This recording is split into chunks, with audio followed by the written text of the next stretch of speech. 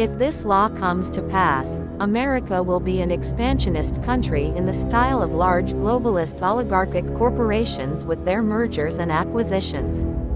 Now let's talk about Greenland. This is the largest island in the world, located right next to Canada on the edge of the North Pole.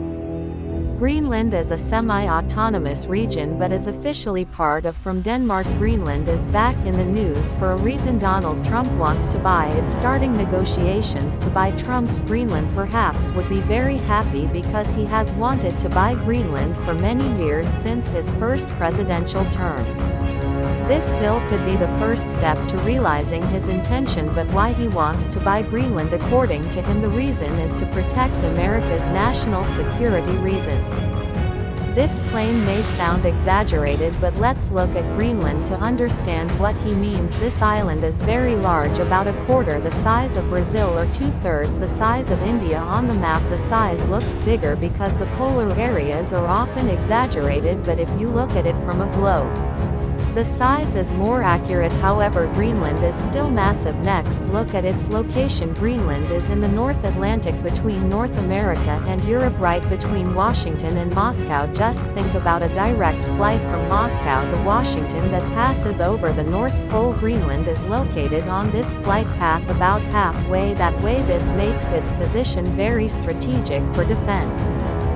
Currently, America already has military facilities in Greenland, namely the Patuxent Space Base, previously known as the Thule Air Base, which has existed since 1943. The American military has long used Greenland, but Trump wants to expand his military footprint there.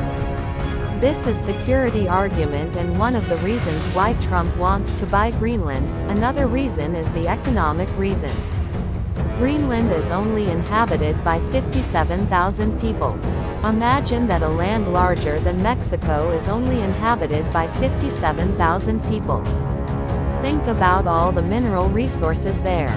Let's imagine if we calculate the per capita population of Greenland. Could be one of the richest people in terms of minerals in the world.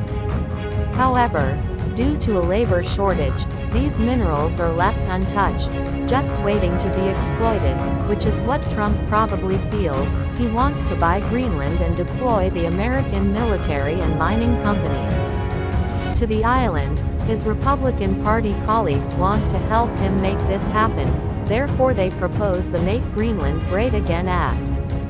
This law allows Trump to start work on a deal to buy Greenland immediately after his inauguration at 12:01 p.m. on January 20, 2025. This law also gives the American Congress a deadline. They only have 60 days to review any agreement that Trump has made and submit a joint rejection resolution. If it passes the 60-day deadline, Trump's deal for Greenland will be automatically approved. This is a strategic move that allows an agreement to be reached quickly, but the only obstacles are Denmark and Greenland itself.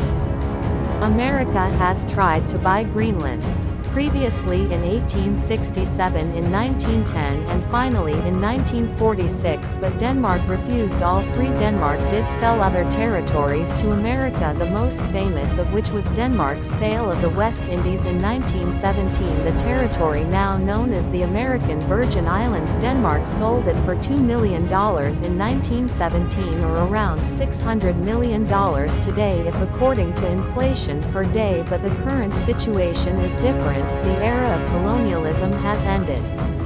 Greenland has been given autonomy and the right to legally determine its own destiny.